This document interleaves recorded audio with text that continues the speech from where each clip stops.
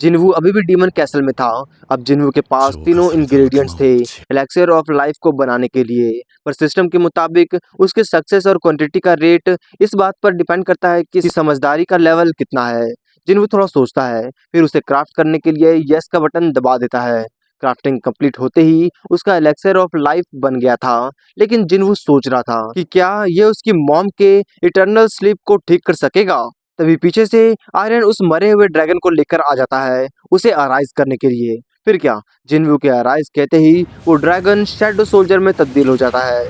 अब जिन्वू को उसका नाम रखना था क्योंकि उसे पुराना नाम याद नहीं था, और थोड़ा सोचकर उसका नाम काइसल रखता है। एजाइल ये देखकर बहुत ज्यादा खुश हो जाती है क्योंकि अब वो लोग जल्दी घर जा सकते हैं। उस ड्रैगन पर बैठकर लौटने पर वो पार्टी करेंगे। लेकिन जिन्वू तो अपने ही ख्यालों में खोया हुआ था। वो जल्द से जल्द एलेक्सर ऑफ लाइफ का इस्तेमाल करना चाहता था। तभी उसे रियून स्टोन के बारे में याद आता है जो उसे रिवॉर्ड के तौर पर मिला था। जिन्वू जल्दी से उसे चेक करता है। उस रियून स्टोन से उसे शैडो एक्सचेंज की पावर मिलती है, मतलब वो अपने किसी भी शैडो सोल्जर से जगह बदल सकता है, चाहे वो कहीं भी हो। जिन्वू खुश हो जाता है और रेजाइल से माफी मांगते हुए कहता है कि वो अकेले ही वापस घर लौट जाए, उसे जल्दी जाना है, उसे कुछ काम है। रेजाइल को कुछ जिन्वू से कहना था, पर जब तक वो कहती तब तक जिन्वू शैडो एक्सचेंज कर चुका था। एजाइल का तो दिल ही टूट जाता है। जिन्वू ने अपने एक शैडो सोल्जर के साथ जगह बदल लिया था जो पेट्रोलिंग कर रहा था, लेकिन वो अभी भी काफी दूर था अपनी मॉम से। मगर वो अब 3 घंटे तक वो शैडो एक्सचेंज यूज नहीं कर सकता था, इसलिए जिन्वू उछलकर काइसल पर बैठकर वहां से उड़ जाता है। दूसरी तरफ चेयरमैन गो और जिनचुल जीजू आइलैंड के रेड के बारे में प्लानिंग कर रहे थे। चेयरमैन गो बताते हैं कि हम हंटर्स अपनी जादू की ताकत को इल्यूजन की तरह इस्तेमाल करेंगे आंट्स को बाहर निकालने के लिए। स्पेशल फोर्सेस इस मौके का फायदा उठाएंगे नेस्ट में घुसने के लिए और क्वीन आंट को खत्म करने के लिए। जिनचुल पूछता है कि अगर इंटरफेरेंस वेव काम ना करे तो क्या होगा। चेयरमैन को बताते हैं कि इसके लिए भी उनके पास एक अलग से प्लान है, लेकिन अब उन्हें पूरी तैयारी करनी चाहिए हंटर्स को उस आइलैंड पर भेजने के लिए। और साथ में जिनचुल से पूछते हैं कि क्या उसने संग जिनवू से कोई कांटेक्ट किया है। जिनचुल कहता है कि उसने कोशिश तो की पर वो कांटेक्ट नहीं कर पाया। उधर बेक युनहो अपने पुराने दोस्त एस रैंक हीलर मिन ब्योंग से मिलने आया होता है। वो दुनिया के उन कुछ हंटर में से एक था जिन्होंने यंग एज में ही रिटायरमेंट ले ली थी। ब्योंगू सीरियसली बेक से पूछता है कि क्या वो सच में जाना चाहता है, उसने देखा था ना कि फिनसुक कैसे मरा था। बेक कहता है कि इसलिए तो वो वहां पर जाना चाहता है, अगर उन्होंने आर्ट्स को ऐसे ही छोड़ दिया तो पूरा देश उसकी जैसे मर जाएगा। बेंगू कहता है कि वो कब से देशभक्त बन गया। बेक कहता है कि उसे वैसे भी वहां पर जाना है, तो अच्छा होगा कि उसके पास एक रीजन हो वहां पर जाने के लिए। बेंगू कहता है कि उसने भी उसकी तरह सेम बात कही थी, लेकिन जो भी हो मैं वहां पर नहीं जाने वाला, कभी भी नहीं। उधर जिनवू अपनी मॉम के पास बैठा हुआ था चुपचाप। उसकी नजर मॉम के गर्दन के जले हुए निशान पर थी। जिनवू अपने बीते मेमोरीज को याद करने लग जाता है, जब बचपन में उसकी वजह से उसकी मॉम के गर्दन जली थी। जिनवू उस इलेक्सिर ऑफ लाइफ की बोतल को समन करता है, पर वो सोच रहा था कि वो उन्हें पिलाए या ना पिलाए, क्योंकि ये किसी को नहीं पता कि इसे पिलाने के बाद क्या होगा। लेकिन जिन्वू को थोड़ा भरोसा था उससे, क्योंकि उसने सिस्टम के जरिए बहुत सारे चमत्कार देखे थे। अब जिन्वू उसका ढक्कन खोलकर अपनी मॉम के पास ले आता है, पर पिलाते वक्त अभी भी उसके हाथ कांप रहे थे। पर जिन्वू कैसे तैसे खुद को संभालता है और उन्हें एलेक्सिर ऑफ लाइफ पिला ही देता है। पिलाने के बाद उन्हें फिर से लेटा देता है और फिर से चुपचाप वहीं पर बैठ जाता है। तभी कुछ ही सेकंडों में उसकी मॉम चमकने लग जाती है और उनका जला हुआ निशान मिट जाता है, यहाँ तक कि उनकी सारी कमजोरी भी दूर हो जाती है। पर उन्होंने अभी भी अपनी आंखें नहीं खोली थी। जिन्वू मायूसी में चुपचाप बैठा बस सोच रहा था, मॉम प्लीज अपनी आंखें खोलिए, प्लीज मॉम उठ जाइए। चांद की रोशनी सीधा रूम में आ रही थी। जिन्वू मायूसी में अपनी आंखें ऊपर करता है और देखकर पूरी तरह शॉक हो जाता है, क्योंकि उसकी मॉम ने आंखें खोल ली थी और वो जाग चुके थे पूरी तरह। और उठते ही कहती हैं, तुम जिन्वू हो, है ना। ये देख और सुन जिन्वू की आंखों में से आंसू आने लग जाते हैं, पर ये खुशी के आंसू थे। उसकी मॉम जिन्वू को शुक्रिया अदा करती है। अरिगत्तो गोजाइमस, तुमने अपना वादा निभाया। जिन्वू ये सुनकर पूरी तरह टूट जाता है और फूट फूट कर रोने लग जाता है। जिन्वू को रोते देख उसकी मॉम की आंखों में भी आंसू आ जाता है। काफी इमोशनल सीन था। सुबह होते ही सभी हॉस्पिटल वालों को भी पता चल गया था जिन्वू के मॉम के बारे में, लेकिन उन्हें इस बात पर पूरा यकीन ही नहीं हो रहा था, ऐसे कैसे हो सकता है। और पेशेंट और उसकी फैमिली इमिडिएटली डिस्चार्ज चाहती है।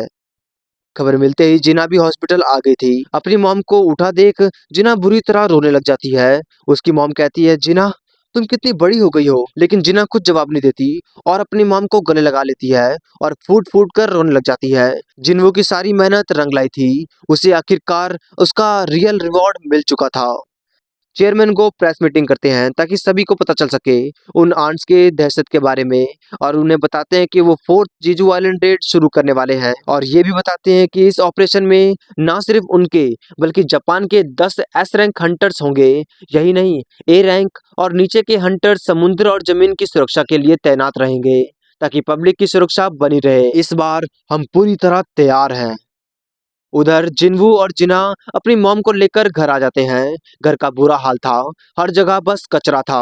जिन्वू जिना पर गुस्सा करने लग जाता है। वो बस एक हफ्ते के लिए बाहर गया था और उसने तभी उसकी मॉम कहती है कि हम सब साथ में इसे साफ करेंगे। फिर क्या, वो लोग साफ सफाई के काम में लग जाते हैं।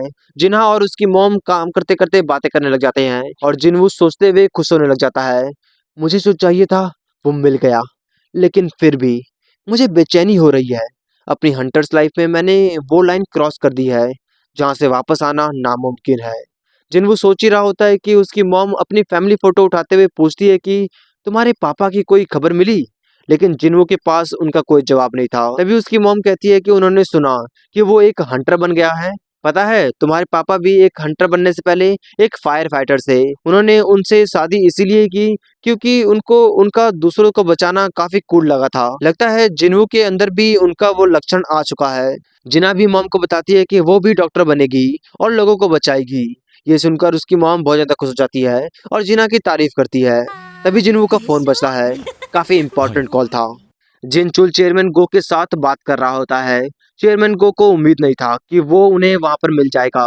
थॉमस आंद्रे, अमेरिका का एस रैंक हंटर जो अकेले ही एक देश के साथ भिड़ सकता है, उन्हें लगा नहीं था कि वो मदद करेगा। जिनचुल फिर पूछता है कि आखिर वो वहां पर आया क्यों था।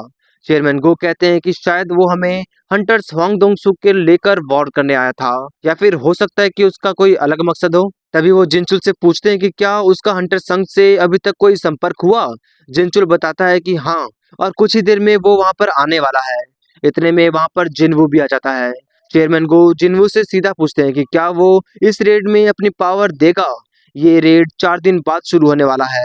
जिनवू सोचने लग जाता है कि लेवल अप करने के लिए ये उसके लिए अच्छा मौका है, पर वो अब जाना नहीं चाहता अपनी फैमिली के लिए।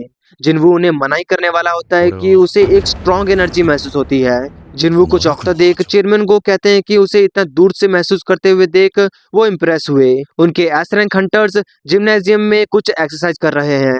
अगर तुम चाहो तो हम जाकर देख सकते हैं। जिम में मास्टर बेक मास्टर मा से फाइट कर रहा था। दोनों काफी ताकतवर थे, पर जिन्वू हैरान था क्योंकि बेक को पीछे धकेला जा रहा था। तभी वहां पर चॉय जोंगिन आ जाता है और कहता है, प्रेसिडेंट बेक सीरियस हो गए तो मुझे नहीं लगता हंटर्स माँ 1 सेकंड भी टिक पाएंगे। वैसे वो एफ्रो गाय फेम गिल्ड का मा दोंगवुक है। जिन्वू पूछता है कि आखिर वो लोग अपनी पूरी ताकत से क्यों नहीं लड़ रहे। जोंगिन कहता है, वो इतने लोगों के सामने अपनी पूरी ताकत नहीं दिखा सकते। जब वो पूरी ताकत से लड़ते हैं तो वो राक्षस बन जाते हैं। वैसे वहाँ देश के सभी एस रैंक हंटर्स मौजूद थे और साथ में जापान के 10 एस रैंक हंटर्स भी, उनके गिल्ड मास्टर गोटो रियोजी के साथ। एक लड़की जिन्वू की तरफ देखकर पूछती है कि आखिर वो है कौन। हांगवा कहती है कि वो हंटर संग जिन्वू है। वहाँ पर रिपर गिल्ड और नाइट गिल्ड के हंटर्स भी थे। तभी चाहे की भी नजर जिन्वू पर जाती है और उसे अब जाकर समझ आता है कि माहौल इतना बदल क्यों गया। बेक और मास्टर माँ को लड़ते देख हांगवा निराश हो जाती है। ये है देश की सबसे ताकतवर फोर्स, पर गोटो कहता है कि अभी से कुछ कहना काफी जल्दी हो जाएगा। तभी वहां पर नाइट गिल्ड का मिस्टर पार्क जोनसू आ जाता है। उसे ये बात बिल्कुल भी अच्छी नहीं लगी थी। हंकवा कहती है कि उसने पहले कभी उसका नाम सुना नहीं, और सुना भी कैसे होगा क्योंकि वो एस रैंक के बजाय ए रैंक का है, लेकिन वो कंट्री के 5 बिगेस्ट गिल्ड में से एक है। तभी वहां पर चाहे और लिम टोगियू आ जाते हैं और उन दोनों को कोई सीन क्रिएट करने से रोक देते हैं। तभी गोटो रियोजी हांगवा के ट्रांसलेशन के जरिए सभी को बताता है कि सभी एस रैंक हंटर्स के इकट्ठा होने का फायदा उठाते हुए उन्हें एक फ्रेंडली बैटल करना चाहिए। रूल्स खुद डिसाइड कर लो। वैसे ये तो चेयरमैन गो को भी अच्छा लगता है, पर अच्छा होगा कि वो मैग टाइप्स और नॉन कॉम्बैट टाइप्स को निकाल दे क्योंकि उनके लिए मुकाबला कर पाना मुश्किल होगा। मतलब जिन्वू नहीं लड़ेगा क्योंकि वो मैग टाइप है ना, इसलिए। बेक उन्हें रूल्स बताता है। अगर कलाई पकड़ ली गई या फिर पीठ पर थप्पा लगा दिया या फिर शरीर का किसी भी अंग को जमीन पर छू लिया तो वो हार गया।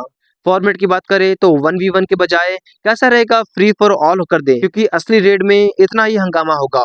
गोटो को भी ये रूल्स अच्छे लगते हैं और लड़ने के लिए 2 टीम बांट देते हैं। उनके रिप्रेजेंटेटिव हंटर्स होंगे चा, लिम, मा और बेक, और जापान के टीम से टवाटा, कुमामोटो, होशिनो और तानाका। तो फिर शुरू करते हैं एक फ्रेंडली बैटल।